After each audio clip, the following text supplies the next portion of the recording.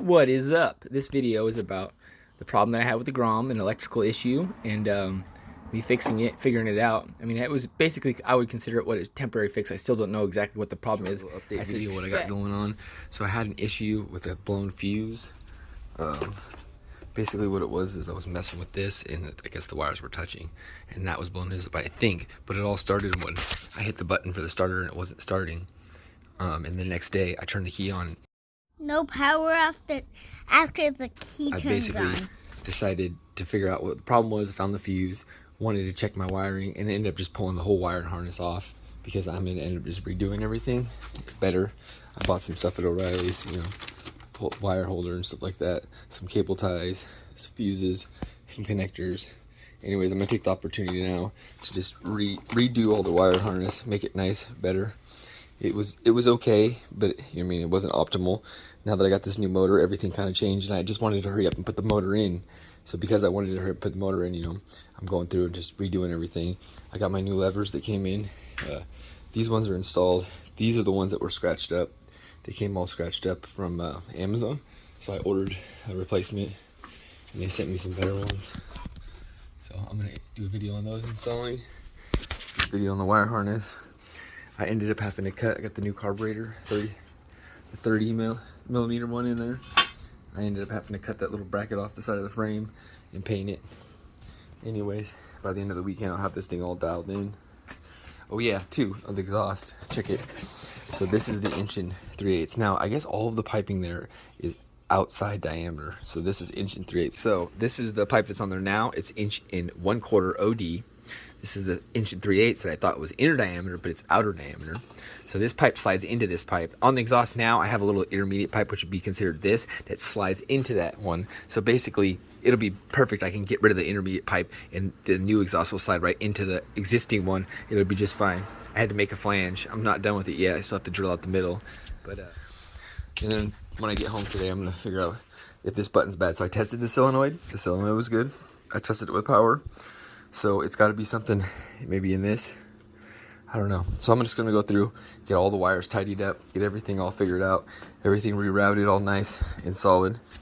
So I went through, welded up the frame in the spots that I wanted to weld it up, got all that painted and everything, getting everything all together, fixed what I thought was all the problems. Basically, we had a bad solder joint up here for the trigger, for the, you know, electric start or whatever. That was hanging by one strand of wire. So I was like, oh, that's it. That's why the button wasn't working, you know. And I fixed this, you know, because I had a short here, and then put a new fuse in. Took the wire harness completely off the bike, rerouted it in a way that would be nicer. I needed to put this, the way that this was on is like, so here's like the wire harness coming from, this is the harness, right, coming from the bike. It was on this way, and it would always be like tucked up in a way where it can catch water. It just was really, it caused a lot of issues. It wasn't right. Everything just didn't have the right lengths and stuff like that. I didn't cut or modify or take off any part of the harness. I just moved the whole harness up a little bit and got everything all organized in a sense where I could use it. Like over here, this cable was hella long. Now it's just about right. Tuck it all in there.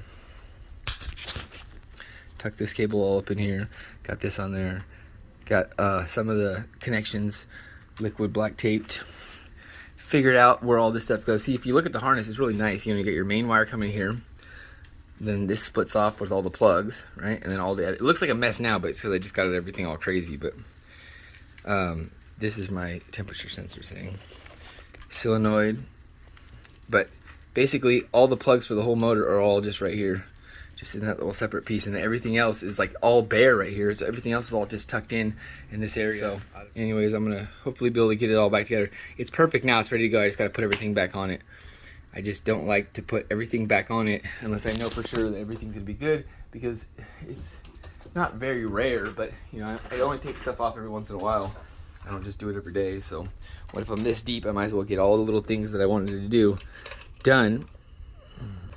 It's too long, and I just don't want to cause issues. So I'm just going to get like a nice motorcycle one that comes with like 5 or 6 different little mini strips. And we'll just do 2 here, 2 there, or whatever. Get it all good. So, we'll see. Ready to rev. I got a cat stuck in there for the neighbors, just so it'll be a little quieter. Anyways, I got it all situated. The AFR is pretty good. cigarette lighter. Oh, charge my phone. Yep, I can do that now. Check the RPM is going. Temperature 141F. That's a oil pan.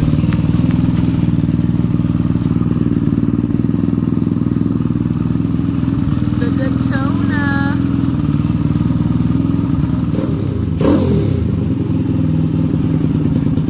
Anyways, we're good to go. Brake lights are working now. Yay! I had like 4 or 5 LEDs out, but they weren't out. They just had a bad solder joint and a bad thing. I took it apart for the second time. They're looking extra brighty today. Let's check our brake dingleberries. That's good. Oh, do we have a slow one or something? Yeah, that's good. Front brake dingleberries. Yep. Okay. I think I fixed it. The only sucky part is I had to ghetto rig the starter solenoid. So the 2 wires that let me grab my other solenoid, my backup noid. Be a little better explanation here. Alright, so see this guy right here? So there's 2 wires, they're both yellow, right? A yellow green, which is ground, a yellow red, which is hot. Well, for some reason, on the plug on my bike, green and red, they're red, they're both red. They're red and green and red and something else, red and yellow. Anyways, they're both hot. Like if you run your multimeter for the ground and touch either one of them by pressing this button right here, you know what I mean? They're hot with positive voltage. So basically, I couldn't figure out nothing. I mean, I don't know. I don't understand it. The only thing I could possibly suspect thinking is maybe so that's nothing. That's just the plug right there for the alarm if you want to have it. Well, it was this little box right here, but I was under the impression that this was the blinker box, that guy right there. And this issue was there before this even happened. Right, this one right here. Ooh, that little box in there. That one right, got a light. That one right there. Right there. Right, so it could have been that. I don't know what it does yet. I really don't know. I thought that was a blinker box, like for the blinkers, but I could be wrong. Then this little guy right here is the other suspect, I think, which is like, looks like a diode. So I don't know. I really don't know. A Xenier diode, ZN. I mess with these when I modded Xboxes. I mean, I have them. Positive, negative. Yeah, I don't know. I mean, I know, like, you do get a resistor, or there is diodes between the negative and positive kind of dealio. You know what I'm saying? The next day. Alright, all finished. Relocated, moved all my wires, cleaned everything up. Just the way I wanted to. Got the new 30 mil carb installed.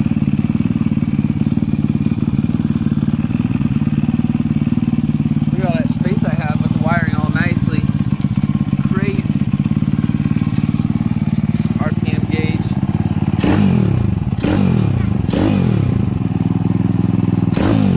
It revs instantly. Got it running great. There's even a baffle in there. Double baffle. My little, for the neighbors, you know. Meow meow. Alright guys, so in conclusion, basically the problem is that the plug that goes to the solenoid, there's 2 wires. One's supposed to be hot, one's supposed to be negative. Mine were both hot.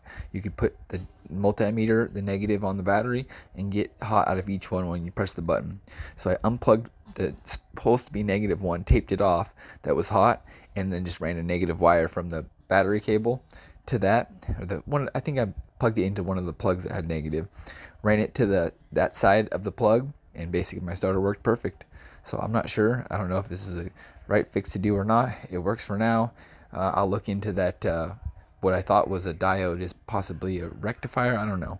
I'm gonna have to dig into it. Anyways, thank you for watching. Don't forget to like and subscribe. Catch you in the next one. Peace.